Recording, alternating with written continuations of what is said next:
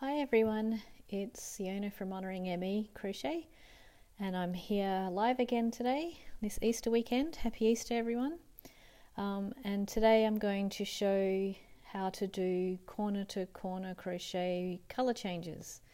A couple of weeks ago I did show corner to corner, and I've had a question from Sonia, hi Jen, asking if I could show colour changes, so that's what I'm going to try and show today. Hi Jan. Okay, so I'll get started. Let me turn this camera around. Alright, so I've got a few colours. I'm not following any particular graph.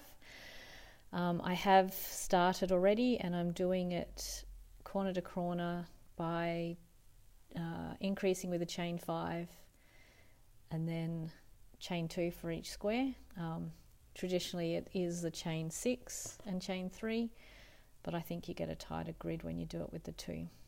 So essentially with the colour change, the simplest way to do it, okay, so if you've got a graph with different colours on it, my first suggestion is that you try and work ahead how many balls of each colour you might need and actually cut some off. So wrap it up into about the length that you need and just cut it off so you've got little mini balls, depending how many colour changes you have.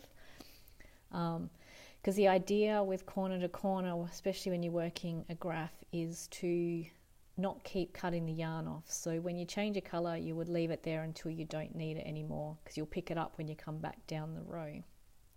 So simplest way, so when you start a new square, you always do a slip stitch into the chain 2 space.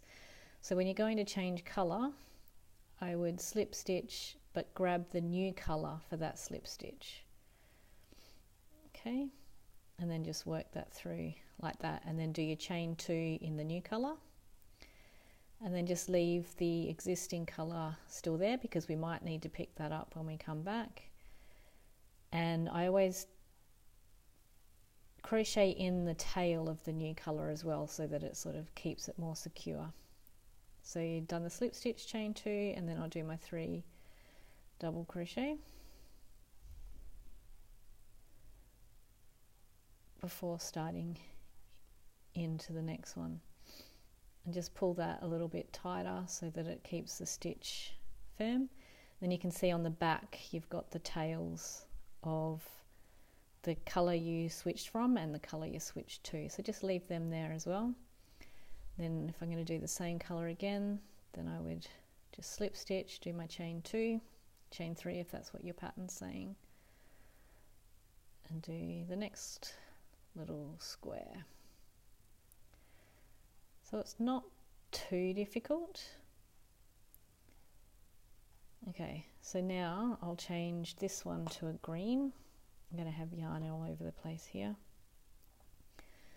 So again, if you can manage your hands, so I slip stitch with the new colour and then leave that old colour there. So if we want to do a green, so slip stitch with the green, chain 2 and do that square, and then just crochet over that little tail as well. So you can see I'm keeping it there behind to crochet it in. Just makes it that little bit more secure when you're doing it.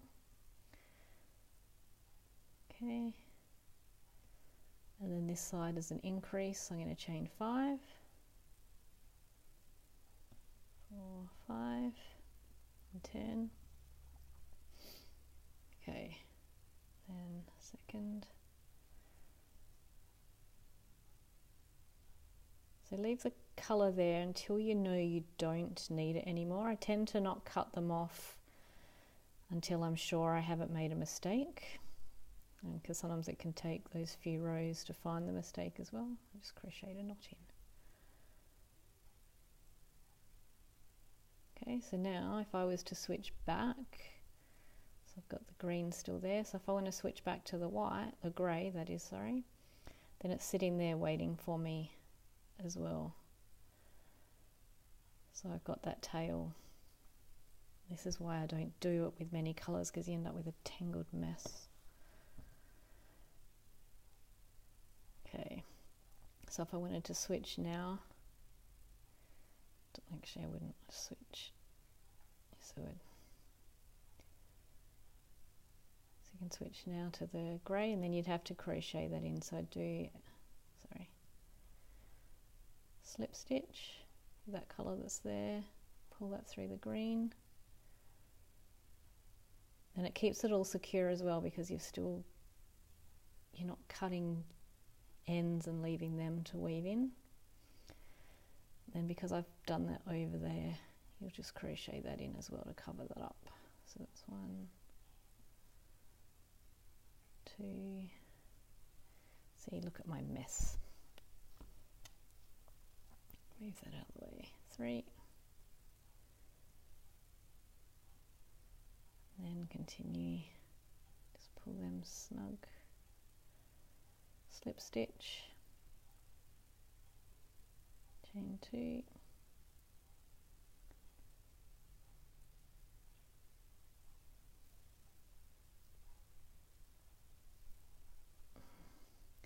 so if you're going to do lots of colours, I've seen them where you've got little stands with pegs on them that you can put all the colours on. You'd also want to, if you don't have those and you've just got the little balls of yarn, just keep them pegged so they don't roll all over the place. See? Then those ends you can sew in later.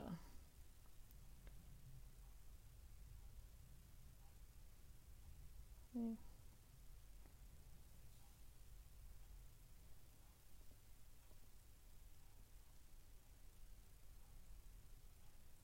Okay, then if I wanted to pick up the grey, I've got the dark grey there, or I could just leave it, depending on what my pattern says, of course, which I'm making this up as I go, so I have no pattern.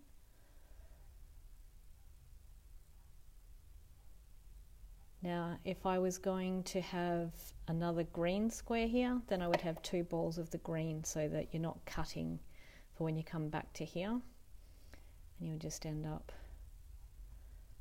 because the more ends you've got, the less secure it's going to be once you've got a completed blanket or cushion cover or whatever it is you're making.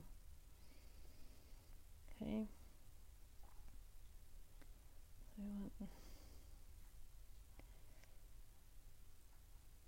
So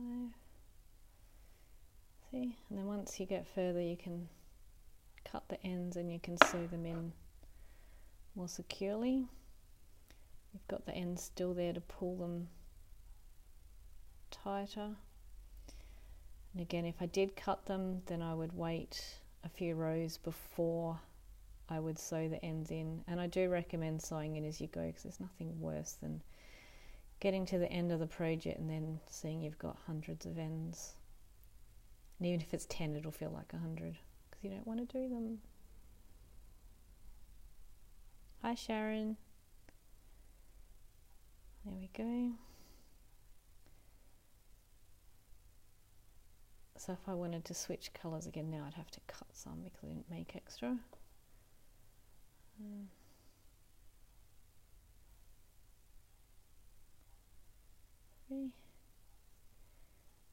Okay, so if I wanted now, look, I even got scissors this time so I can. So if I cut the grey, so I'd leave those ends there, and if I want to start the grey again, and I would hold that as my next slip stitch in. Can get tricky trying to coordinate everything. Get closer, just pull on those ends to keep them.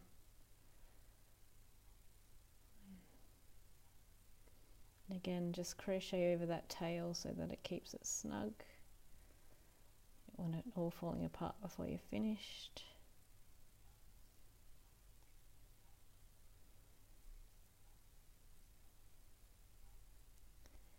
Okay, now if you were going to switch just from one to another, you could carry the tail through. Just be mindful of doing that though, because you don't want it to be showing up on the other side. It is better to try and have the extra little balls of yarn, even if you've got to, you know, wind off a few meters to have that ball there that you need. Or because I know I've got a mini messenger bag pattern where I've made it, when I designed it, I tried to make it so that we had as few color changes as possible, but where we did have 2 balls instead. Sketching 2. Okay, so and then if I wanted to go the green, I've still got it attached like from the row before, so I could just pick that up and move on. Just watch the tangled mess that you develop. Where's the chain to? Can't see where I am now.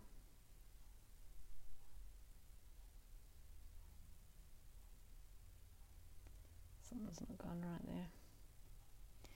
But anyway, hopefully, see, so now if I picked up the green there, it would come up over that, so I'm not going to do that. I didn't think that one through.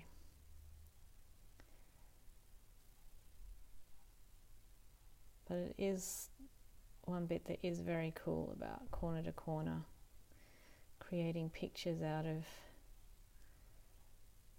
squares.